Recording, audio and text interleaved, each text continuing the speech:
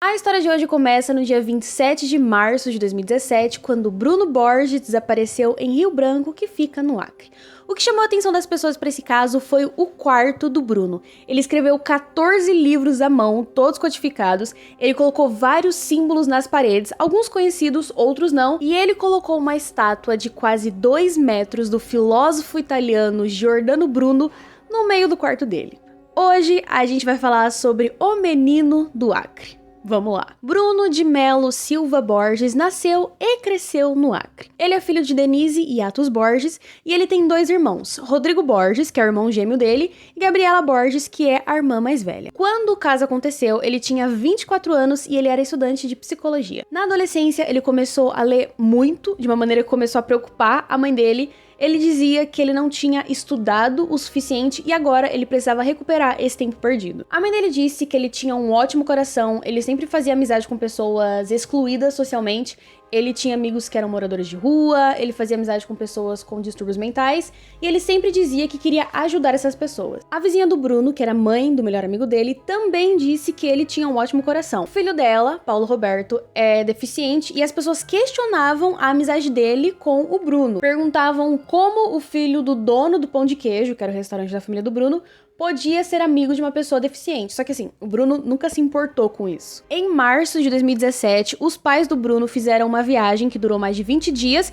e o Bruno ficou em casa com os 2 irmãos. Os pais disseram que quando eles viajaram, no dia 1º de março, as coisas ainda estavam normais, o quarto do Bruno ainda tinha os móveis, não tinha um monte de coisa escrito na parede.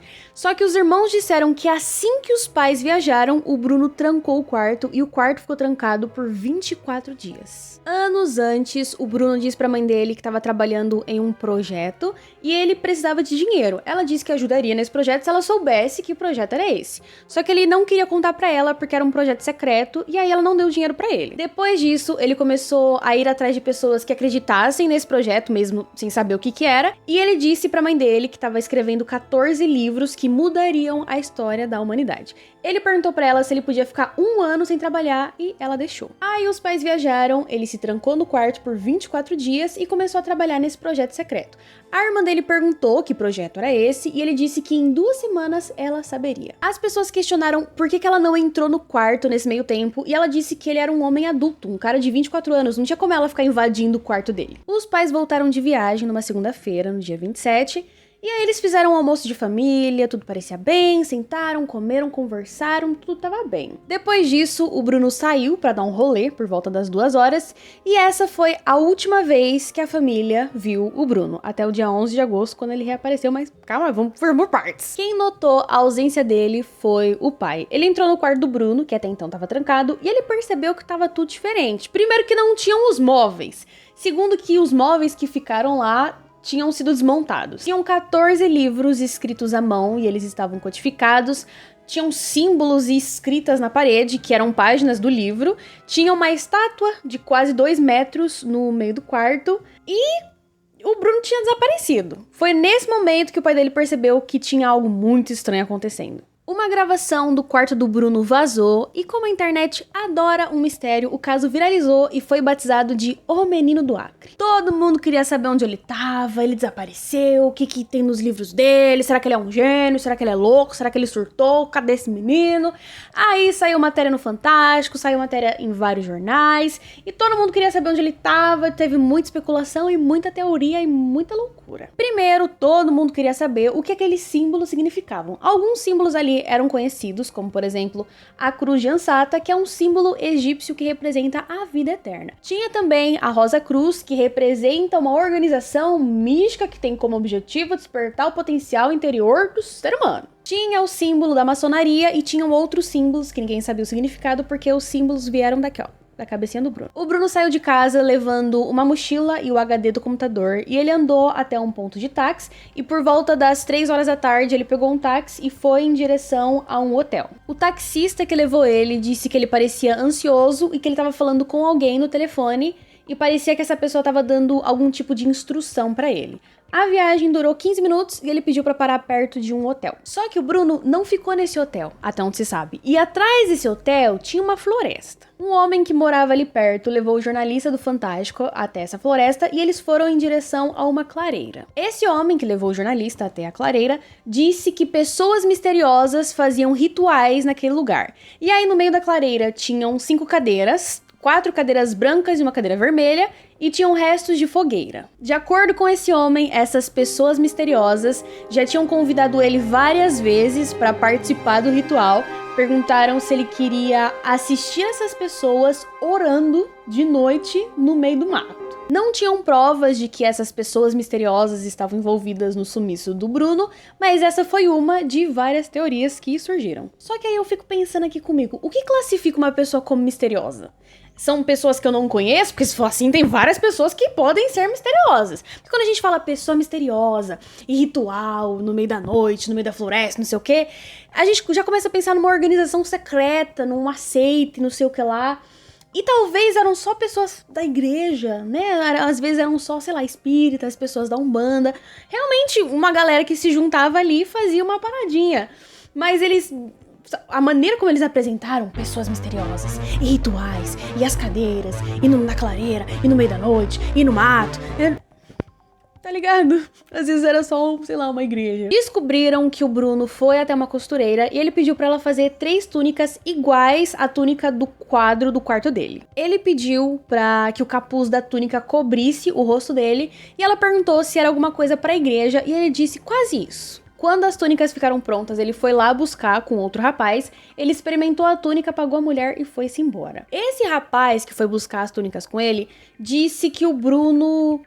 que ele achava que o Bruno tinha desaparecido para dar mais destaque ao trabalho dele, à arte dele lá no quarto. Descobriram o título do primeiro livro do Bruno e era A Teoria da Absorção do Conhecimento, o TAC.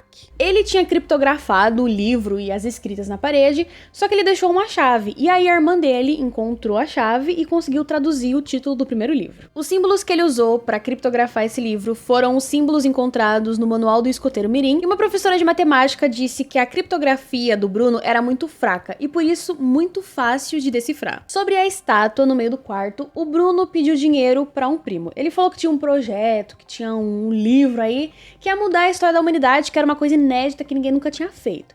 Aí, o primo leu 15 páginas do primeiro livro, gostou da ideia e falou assim, eu vou te ajudar financeiramente. Esse primo deu 20 mil reais pro Bruno e desses 20 mil reais, 10 mil ele usou pra comprar a estátua de um artista peruano. Começaram a questionar por que o Bruno escolheu o filósofo italiano Giordano Bruno. E aí, pra responder essa pergunta, tem que saber quem foi o Giordano Bruno. Ele foi um teólogo, filósofo, escritor, matemático, poeta, teórico de cosmologia, ocultista, hermético e frágil americano italiano que defendia a teoria heliocêntrica. Ou seja, o Sol no centro do universo. E para ele, existiam vários mundos e vários universos. E se existem vários mundos e vários universos, não faz sentido existir apenas um Deus. Só que esse querido disse isso na época da Inquisição, ou seja, a Igreja Católica no poder. Ele questionava a Igreja e a natureza divina de Jesus.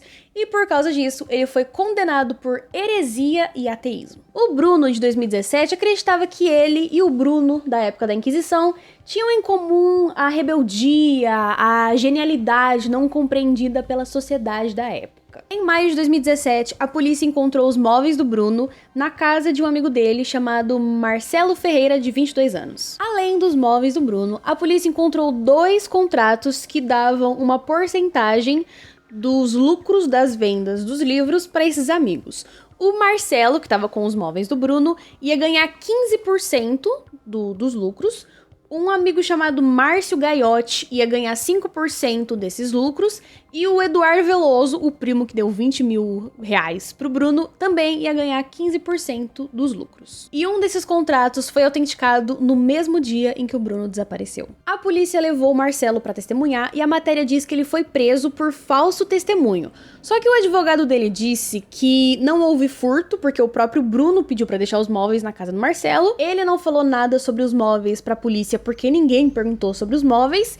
E tinha uma cláusula no contrato que pedia sigilo. Depois disso, o Marcelo foi solto. Para o delegado, não se tratava de um caso de desaparecimento, e sim um plano de afastamento. Ele fez um contrato, esse contrato foi autenticado no mesmo dia em que ele desapareceu, tinha uma data específica em que o livro seria publicado, e esses 3 amigos ajudaram ele com o plano. Depois que encontraram os contratos, as pessoas começaram a acreditar que essa história do menino do Acre, os mistérios e o garoto desaparecido nada mais era do que uma grande estratégia de marketing. No dia 11 de agosto, às 5 da manhã, depois de 5 meses desaparecido, o Bruno finalmente voltou para casa. Ele tocou a campainha, mas ninguém atendeu, e ele ficou sentado esperando por mais de 1 hora.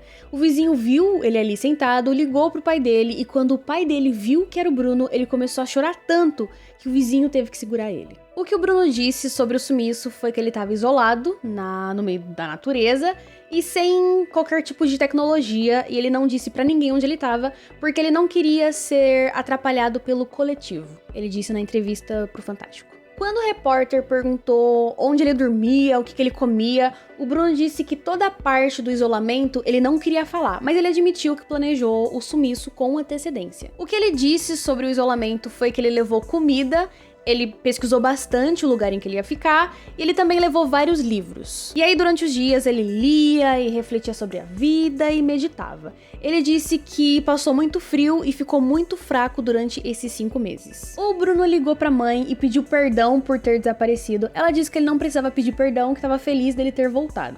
Ele disse que não se arrependeu de ter se isolado, mas ele se arrependeu de não ter contado para a família dele. Que bom, né? Porque você some por 5 meses, você faz a sua família ir atrás de você, a polícia ir atrás de você, e se você não se arrepende, eu tenho um problema com você. Eu juro por Deus que se um dos meus amigos desaparece por 5 meses e o desgraçado volta me falando que tava num retiro espiritual, que saiu pra meditar e não avisou ninguém, eu arrebento ele na porrada. Um amigo do Bruno decifrou o livro dele, A Teoria da Absorção do Conhecimento, o primeiro livro, e ele foi publicado em julho de 2017. Em agosto, o Bruno reapareceu, voltou das cinzas, surgiu.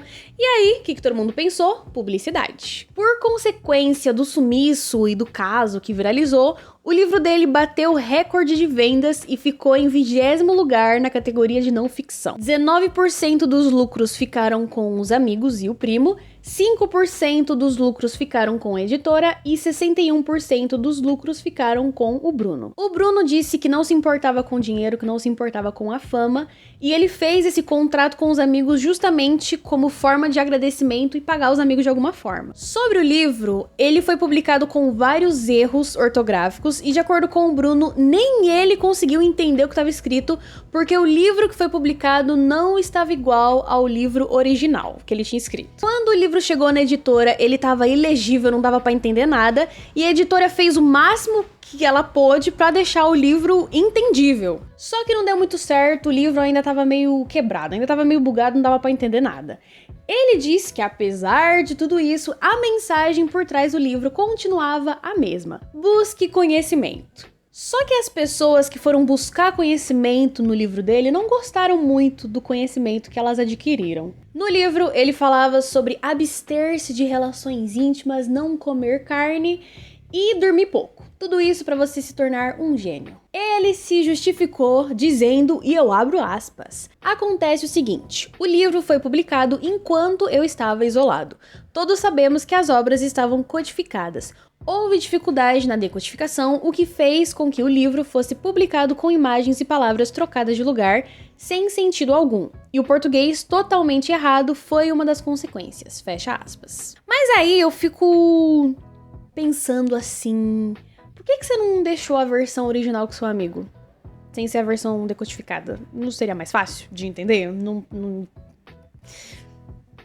Né? Mas os erros de português não foram o único problema do livro. Era um livro presunçoso e confuso de acordo com as pessoas que leram. Ele fazia citações de si mesmo e da Wikipédia, e ele usava palavras difíceis para tentar deixar o texto mais inteligente, mais intelectual. Só que não precisava de tudo isso. Ele também acreditava que devemos ser sábios assexuados. Ele era contra o uso de anabolizantes e a santa erva, como ele chamava, e eu vou ler um trecho do livro pra vocês. Eu abro aspas. E o calamitoso, sabe, o maluco do bigodinho, alemão, que na verdade não era alemão, mas que fez muita merda, então, ele. E o calamitoso... Conseguiria ele colocar em prática todos os seus sonhos incluídos em seu livro Minha Luta, escrito enquanto preso em isolamento, se ele não tivesse feito uso de praticamente todos os itens aqui neste estudo, pelo qual não coloquei o seu nome em nenhuma categoria para não inflamar o ódio sobre os leitores que não aceitariam que ele fosse visto como sábio. Fecho aspas. Os livros dele, porque ele publicou mais de um livro, estão disponíveis online no site dele. Outra coisa que o Bruno falava nas entrevistas era que ele tinha uma missão. Aos 20 anos, de acordo com ele, ele passou por uma experiência espiritual e nessa experiência ele ganhou uma missão. Daí surgiu a ideia de escrever os livros e mudar a história da humanidade. Ele diz que a intenção dele nunca foi a fama e o dinheiro, e ele negou participar de vários programas de TV e fazer várias propagandas, mostrando que ele não queria dinheiro, apenas que as pessoas buscassem conhecimento. Em 2019, ele estava fazendo faculdade e ele continuava os seus estudos místicos.